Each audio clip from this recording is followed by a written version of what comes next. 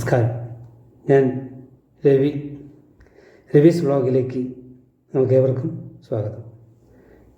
ഈ ചാനൽ ആദ്യമായി കാണുന്നവരും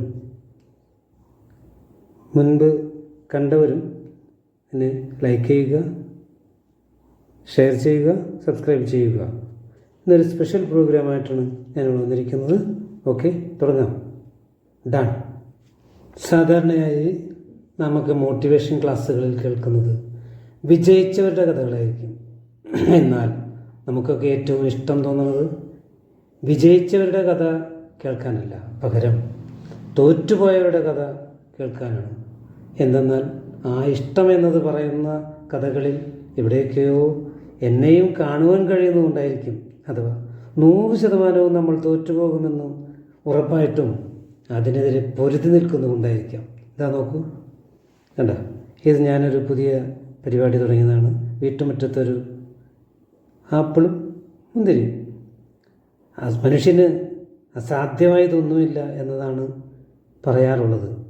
കാരണം ഇന്നിപ്പോൾ ചന്ദ്രനിൽ പോകണം എന്ന് പറഞ്ഞാൽ അവിടെ വരെ എത്താനുള്ള സാങ്കേതിക വിദ്യകൾ നാം സ്വായത്തമാക്കിയിട്ടുണ്ട്. എത്ര നടന്നു എന്നതിലല്ല, നടന്നു തീർത്ത വഴികളാണ് നമ്മെ പരുവപ്പെടുത്തുന്നത്. ആ വഴികളിൽ തൊട്ടും തലോടിയും ശാസിച്ചും ശിക്ഷിച്ചും കിട്ടിയ പരിഗണനകളാണ് നമ്മെ നമ്മളാക്കുന്നത്.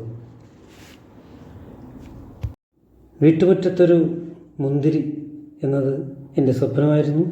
നമ്മുടെ ടെറസുകളിലും വീട്ടുമുറ്റത്തും സാധ്യമായി തീരൂ എന്നുള്ള പ്രശ്നം പലർക്കും ഉണ്ടാകാം. കണക്കുകളും ചിന്തകളും മനസ്സിനെ ഭ്രാന്ത് പിടിപ്പിക്കുമ്പോൾ വീണ്ടും വീണ്ടും ജീവിക്കാൻ പ്രേരിപ്പിക്കുന്ന എന്തെങ്കിലുമൊക്കെ നമുക്ക് ചുറ്റിലുമുണ്ടാകും. നോക്കൂ, മുന്തിരിക്കുലകൾ കറുത്ത മുന്തിരിയാണ് ഇട്ടത്. എന്നാൽ കറുത്ത മുന്തിരി എന്നുള്ളത് ഇപ്പോൾ കാണുമ്പോൾ പച്ചയാണ്. ഇനി അത് വലുതാവുമ്പോൾ വീണ്ടും ഞാൻ ഫോട്ടോമാരും തിരിച്ചു വരും.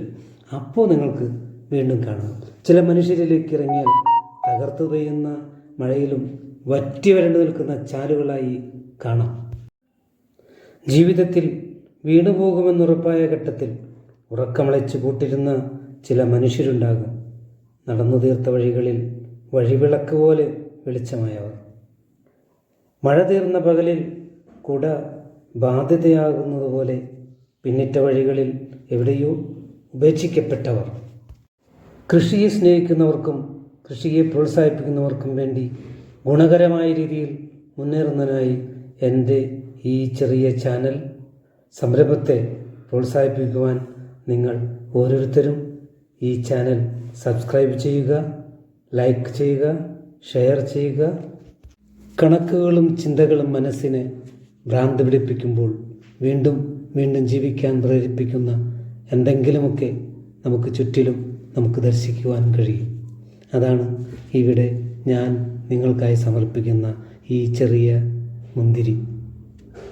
ആൾക്കൂട്ടവും ആരവങ്ങളും അങ്ങനെ കൊഴുക്കുമ്പോൾ ഞാനും എൻ്റെ ചിന്തകളും കണ്ണുപൊത്തിക്കാനൊരിടം മാത്രമായി കാണുന്നു. ഓക്കെ.